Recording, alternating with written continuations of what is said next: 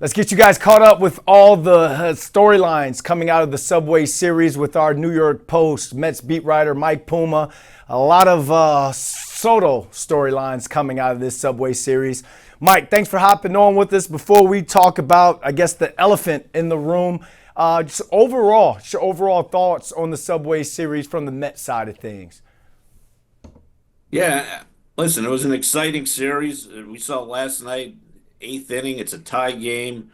You're hanging on every pitch there, and Pete Alonso has the throwing error. It kind of opens the floodgates a little bit, and Bellinger hits a grand slam. But and Friday was or I should say Saturday was a tight game. You had the 3-2, the one-run game. Friday, you just having Soto back at the stadium for the first time was the biggest storyline there. But overall, listen, this was an exciting series. For mid-May, this is about as good as it's going to get. What could have added to the excitement was a big hit or just a flashy moment from Juan Soto. Instead, he went 0 for 4 Sunday night and 1 for 10 with 4 walks, 3 strikeouts in the entire series. Very underwhelming series for him. Are you surprised that he underperformed in his first Subway Series on the Mets side? Because he usually comes up big when he's the villain.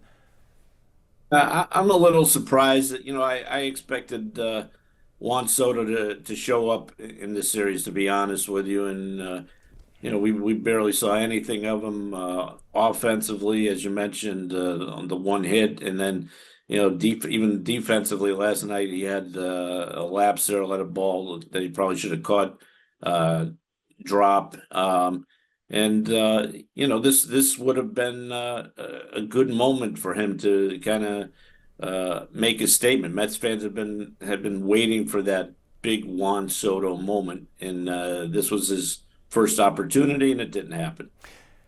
Yeah, and it's like I'm wondering what's going on with this kid because, yeah, you could be on a slump on the field or offensively or defensively, but then there's reports that are out that he left the locker room post-game without speaking to you guys, the media. Pete Alonso spoke to you guys and took accountability for that overthrow. It's not a good look for Soto, Mike.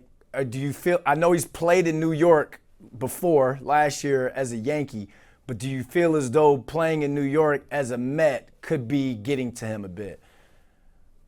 Yeah, it's disappointing that now he talked Friday after his first game at Yankee Stadium, and really there was no reason for him. Uh, Saturday, he wasn't involved really, but Sunday would have been a good time for him to stand up and just kind of take accountability for the weekend. And there was another play where he was slow running out of the batter's box on a ground ball. So uh, yeah, it's not a good look for Juan Soto to avoid the media after you lose a series to the Yankees. So, and it's part of what comes with that contract is the accountability. The series goes to Citi Field early July, but do you feel as though this could be a World Series rematch 25 years later? Yeah, I came into this series looking at both of these teams as World Series contenders, and I still, nothing's changed on that front.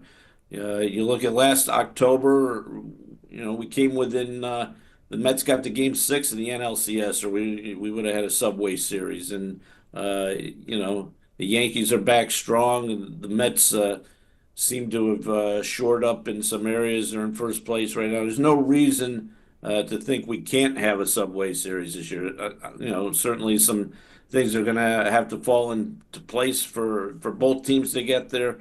But as we sit here today, why not? Why can't it be Mets Yankees? All right, let's see if the Mets can rebound in their new series against Boston, which they kick off tonight. Mike Puma, thanks for hanging out with us.